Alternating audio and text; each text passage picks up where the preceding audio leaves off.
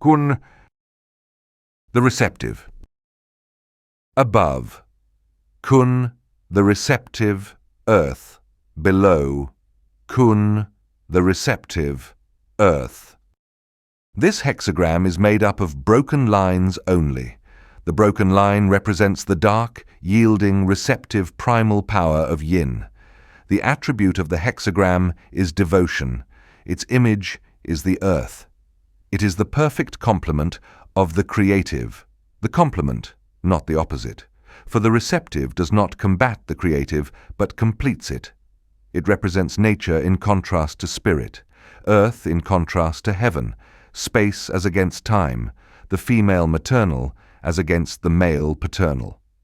However, as applied to human affairs, the principle of this complementary relationship is found not only in the relation between man and woman, but also in that between prince and minister and between father and son.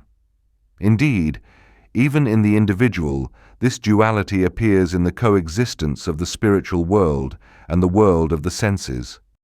But strictly speaking, there is no real dualism here, because there is a clearly defined hierarchic relationship between the two principles. In itself, of course, the receptive is just as important as the creative, but the attribute of devotion defines the place occupied by this primal power in relation to the creative. For the receptive must be activated and led by the creative. Then it is productive of good. Only when it abandons this position and tries to stand as an equal side by side with the creative does it become evil. The result, then, is opposition to and struggle against the creative, which is productive of evil to both. The judgment. The receptive brings about sublime success, furthering through the perseverance of a mare. If the superior man undertakes something and tries to lead, he goes astray. But if he follows, he finds guidance. It is favorable to find friends in the west and south, to forego friends in the east and north. Quiet perseverance brings good fortune. The four fundamental aspects of the creative, sublime success, furthering through perseverance, are also attributed to the receptive. Here, however, the perseverance is more closely defined. It is that of a mare. The receptive connotes spatial reality in contrast to the spiritual potentiality of the creative. The potential becomes real and the spiritual becomes spatial through a specifically qualifying definition. Thus, the qualification of a mare is here added to the idea of perseverance. The horse belongs to earth, just as the dragon belongs to heaven. Its tireless roaming over the plains is taken as a symbol of the vast expanse of the earth. This is the symbol chosen because the mare combines the strength and swiftness of the horse with the gentleness and devotion of the cow. Only because nature in its myriad forms corresponds with the myriad impulses of the creative can it make these impulses real. Nature's richness lies in its power to nourish all living things. Its greatness lies in its power to give them beauty and splendor. Thus it prospers all that lives. It is the creative that begets things, but they are brought to birth by the receptive. Applied to human affairs, therefore, what the hexagram indicates is action in conformity with the situation. The person in question is not in an independent position, but is acting as an assistant. This means that he must achieve something. It is not his task to try to lead, that would only make him lose the way, but to let himself be led. If he knows how to meet fate with an attitude of acceptance, he is sure to find the right guidance. The superior man lets himself be guided. He does not go ahead blindly, but learns from the situation what is demanded of him, and then follows this intimation from fate. Since there is something to be accomplished, we need friends and helpers in the hour of toil and effort, once the ideas to be realized are firmly set. The time of toil and effort is indicated by the west and the south, for west and south symbolize the place where the receptive works for the creative, as nature does in summer and autumn. If in that situation one does not mobilize all one's powers, the work to be accomplished will not be done. hence to find friends, there means to find guidance. But in addition to the time of toil and effort, there is also a time of planning, and for this we need solitude. The East symbolizes the place where a man receives orders from his master, and the North the place where he reports on what he has done. At that time he must be alone and objective. In this sacred hour he must do without companions, so that the purity of the moment may not be spoiled by factional hates and favoritism. The image. The earth's condition is receptive devotion. Thus the superior man who has breadth of character carries the outer world. Just as there is only one heaven, so too there is only one earth. In the hexagram of heaven, the doubling of the trigram implies duration in time, but in the hexagram of earth, the doubling connotes the solidity and extension in space, by virtue of which the earth is able to carry and preserve all things that live and move upon it. The earth in its devotion carries all things, good and evil, without exception. In the same way the superior man gives to his character breadth, purity, and sustaining power, so that he is able both to support and to bear with people and things. The lines. 6 at the beginning means, when there is hoarfrost underfoot, solid ice is not far off. Just as the light-giving power represents life, so the dark power, the shadowy, represents death. When the first hoarfrost comes in the autumn, the power of darkness and cold is just at its beginning.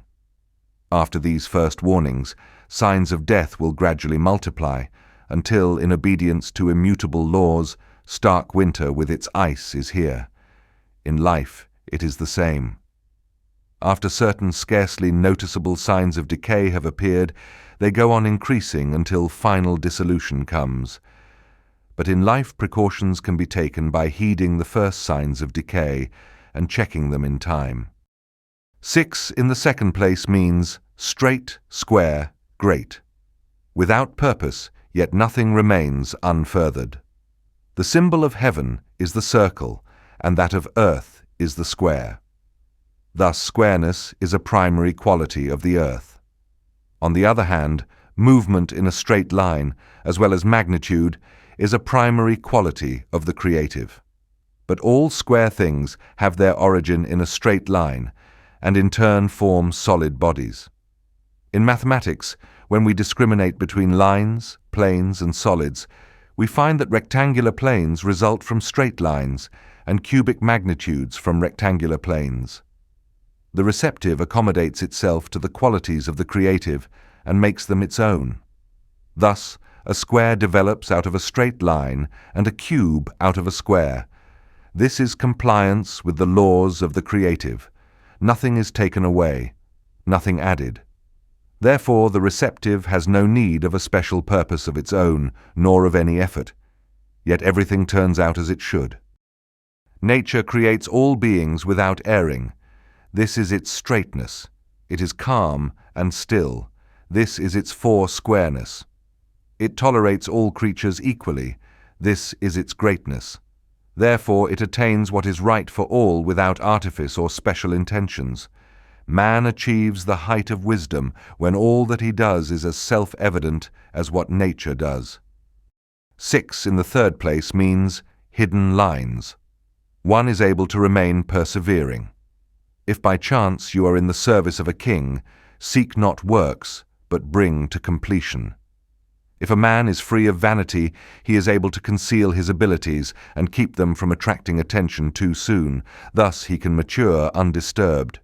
If conditions demand it, he can also enter public life, but that too he does with restraint. The wise man gladly leaves fame to others. He does not seek to have credited to himself things that stand accomplished, but hopes to release active forces. That is, he completes his works in such a manner that they may bear fruit for the future. 6 in the fourth place means a tied-up sack. No blame, no praise. The dark element opens when it moves and closes when at rest. The strictest reticence is indicated here.